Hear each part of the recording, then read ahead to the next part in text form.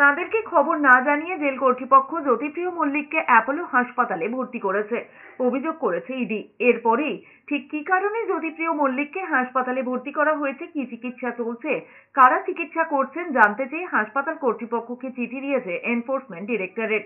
অন্যদিকে জেল কর্তৃপক্ষ কেন আদালতের নির্দেশ না মেনে তদন্তকারী সংস্থাকে না জানিয়ে হাসপাতালে ভর্তি করেছে তাও জানতে চাওয়া হয়েছে। অ্যাপোলো হাসপাতালে লেখা চিঠিতে জানতে চাওয়া হয়েছে, ভর্তি করার সময় জ্যোতিপ্রিয় মল্লিকের শারীরিক অবস্থা কেমন ছিল, কোন শারীরিক অবস্থার জন্য হাসপাতালে ভর্তি করা হয়েছে, কোন ডাক্তারদের আন্ডারে চিকিৎসা রয়েছে, এই যাবতীয় তথ্য জানতে চাওয়া হয়েছে। ইডির দাবি, এর আগেও জ্যোতিপ্রিয় মল্লিক একাধিকবার হাসপাতালে ভর্তি হওয়ার চেষ্টা করেছেন।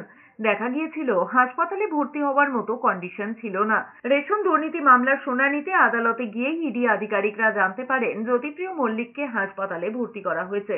এরপরে ইডি আধিকারিকরা তদন্ত শুরু করেছেন আদৌ হাসপাতালে ভর্তি করার মতো জ্যোতিপ্রিয় মল্লিকের অবস্থা ছিল কিনা।